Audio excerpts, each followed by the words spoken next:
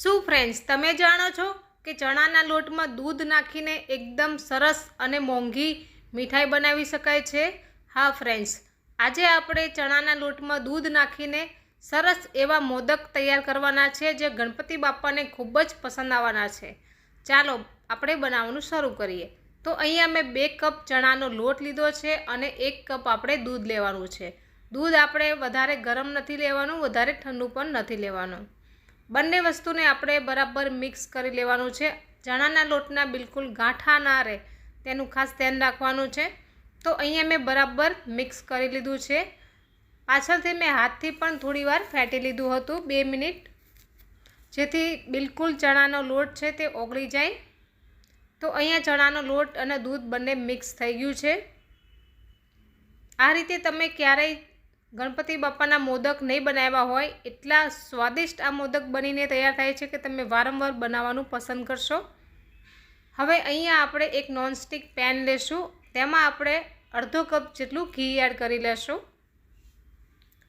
હવે જે આપણા ચણાનો લોટ અને દૂધ મિક્સ કર્યું છે તેનો ઘોલ તૈયાર કર્યો છે તે આની અંદર જ મિક્સ કરી લેશું। આ કામ આપણે નીચે જ કરવાનું છે, ગેસ ઉપર ચડાયા પહેલાં જ કરવાનું છે। હવે ઘી અને આપણે જે બેસનનો ઘોલ છે તેને બંનેને મિક્સ કરી લેવાનું છે। આ રીતે થોડું મિક્સ થઈ જાય પછી આપણે ગેસ ઉપર ચડાવી દઈશું। ગેસ ઉપર આપણે એકદમ ધીમી આંચે આને પકાવવાનું છે। આ રીતે ધીમે ધીમે ચલાવતું રહેવાનું છે। હવે તમે કહેશો કે નોનસ્ટિકમાં સ્ટીલનો તવીથો ના ચાલે, પણ મારી પાસે અત્યારે લાકડાનો નથી તો મેં આ લીધો છે। તો આપણે ધીમે ધીમે ચલાવશું। 2 મિનિટ ચલાવ્યા પછી આપણે આની અંદર નાખશું સૂજીનો લોટ, જે મેં અડધો કપ જેટલો નાખ્યો છે। સૂજીનો લોટ નાખવાથી છે તે વધારે પાણી એબ્ઝોર્બ કરી લે છે અને આપણું મિશ્રણ છે તે એકદમ ઘટ થવા લાગશે। ગેસની આંચ એકદમ સ્લો હોવી જોઈએ। તમને લાગતું હશે કે આ આપણી કઈ મીઠાઈ બનાવે છે, પણ આપણે બનાવી રહ્યા છે ગણપતિ બાપાના મોદક, પણ એકદમ નવી રીતે બનાવીએ છીએ અને એકદમ સરસ સ્વાદિષ્ટ બનીને તૈયાર થાય છે। જો ફ્રેન્ડ્સ થઈ ગયું ને એકદમ ઘટ, અને હવે આ છે તે ઘી છૂટું પડવા માંડશે અને એકદમ છૂટું છૂટું થઈ જશે। આગળ આપણે આ રીતે શેકતું રહેવાનું છે। હું તમને આગળ જણાવતી જઈશ કે આપણે કેટલું આને શેકવાનું છે। હજી સુધી મારી ચેનલને સબસ્ક્રાઈબ ના કરી હોય તો કરી લેજો નવી નવી રેસીપી જોવા માટે, અને વિડીયો ગમે તો લાઈક કરવાનું ભૂલતા નહીં અને આગળ શેર કરજો। જો ફ્રેન્ડ, જેમ જેમ આપણે ચલાવતા રહીએ છીએ તેમ તેમ આપણું મિશ્રણ છે તે સરસ છૂટું પડવા લાગ્યું છે અને ઘી પણ સરસ છૂટું પડી રહ્યું છે। આને થોડી બનાવતા વાર લાગે છે, કારણ કે આપણે ઘોલ બનાવ્યો હોય છે બેસનનો, તેમાં જેટલું પાણી હોય છે, દૂધ હોય છે, તે એકદમ બળી જાય પછી જ આ એકદમ છૂટું પડવા લાગે છે। પણ આનો ટેસ્ટ એટલો લાજવાબ આવે છે કે તમે બજારમાંથી મોંઘી મીઠાઈ લાવતા હશો ને તો પણ ભૂલી જશો, એટલો સ્વાદિષ્ટ બહુ સરસ મોદક બનીને તૈયાર થાય છે। આની તમે બરફી પણ બનાવી શકો છો।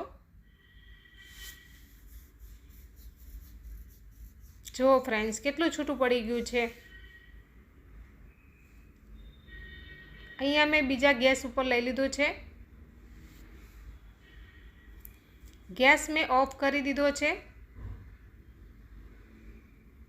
ગેસ બંધ જ છે ફ્રેન્ડ્સ। થોડી વાર આપણે આ રીતે ચલાવતા રહીશું, કારણ કે થોડું ઠંડુ થશે એમ આ હવે છૂટું પડશે, અને આપણું પેન પણ હજી ગરમ છે।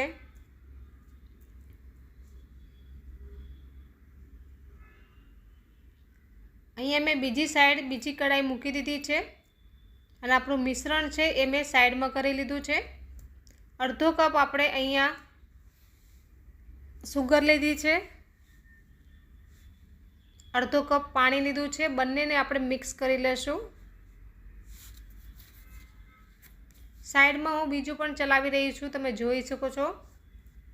કારણ કે એક જગ્યાએ પડી રહેશે અને આપણું પેન છે ગરમ છે તો એ બળવા લાગશે, તો ત્યાં પણ આપણે થોડી થોડી વારે ચલાવતું રહેવાનું છે. અને અહીંયા આપણે ચાસણીને પણ ચલાવતું રહેવાનું છે. તો આ રીતે આપણે ચલાવતા રહીશું. વિડીયો ગમે તો લાઈક કરજો અને બીજું પણ એક ઓપ્શન આવશે ત્યાં પણ તમે હાઈપ કરી લેજો. અહીંયા મેં 1 ટીસ્પૂન જેટલો કલર એડ કર્યો છે, જેથી ખૂબ જ સરસ એવો કલર આવશે. તમને કલર ના નાખવો હોય તો તમે ના નાખી શકો છો.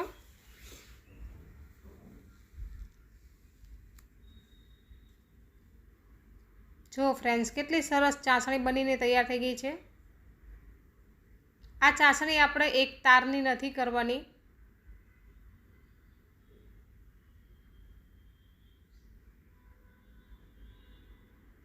જો આપણું બેસન છે તે એકદમ છૂટું છૂટું થઈ ગયું છે અને ખૂબ જ સરસ કૂક થઈ ગયું છે. હવે જે આપણે ચાસણી બનાવી છે તે આપણે આમાં એડ કરી લેશું. મેં આ ચાસણીને 1 તારની નથી કરી કે નથી મેં 1.5 તારની કરી, અડધા તારની આપણે ચાસણી કરી છે. કારણ કે આપણે વધારે આમાં ચાસણી કરશું ને તો એ વધારે જામી જશે. હવે થોડી વાર માટે આપણે આને ચલાવતા રહીશું. ગેસ મેં ઓફ જ રાખ્યો હતો. જ્યારે ચાસણી એડ કરીને ત્યારે પણ ગેસ બંધ હતો. અહીંયા મેં ટોપરાનું છીણ એડ કર્યું છે. અડધા કપથી થોડું ઓછું, ચમચીથી માપો તો 2 ચમચી આપણે એડ કરવાની છે ટોપરાના છીણને. જો ક્વોન્ટિટીમાં તમે વધારે બનાવતા હોય તો તમારે ક્વોન્ટિટી વધારવાની છે. બરાબર મિક્સ કરી લેશું આ રીતે.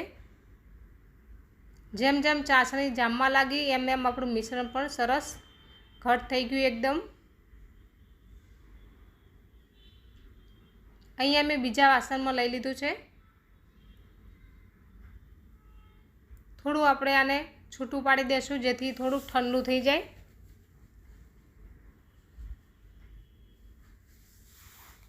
અહીંયા મેં મોદકનું મોલ્ડ લીધું છે, તેમાં આપણે મોદક બનાવી લઈશું. હવે માત્ર 1 જ મહિનો બાકી રહ્યો છે ગણપતિ બાપાના ઉત્સવનો, અને આ રીતે તમે એકવાર મોદક બનાવી લેશો તો ખૂબ જ સરસ બને છે. જો ફ્રેન્ડ્સ, કેટલા મસ્ત મોદક બનીને તૈયાર થયા છે.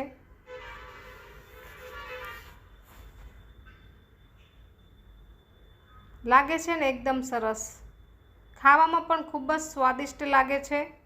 તો જરૂરથી આ રીતે એકવાર ટ્રાય કરજો. બહુ મસ્ત એવા મોદક બનીને તૈયાર થાય છે. અને તમારે મોદક ના બનાવવા હોય તો તમે બરફી પણ બનાવી શકો છો. ઉપર મેં ટોપરાના છીણથી થોડું સ્પ્રિંકલ કર્યું છે.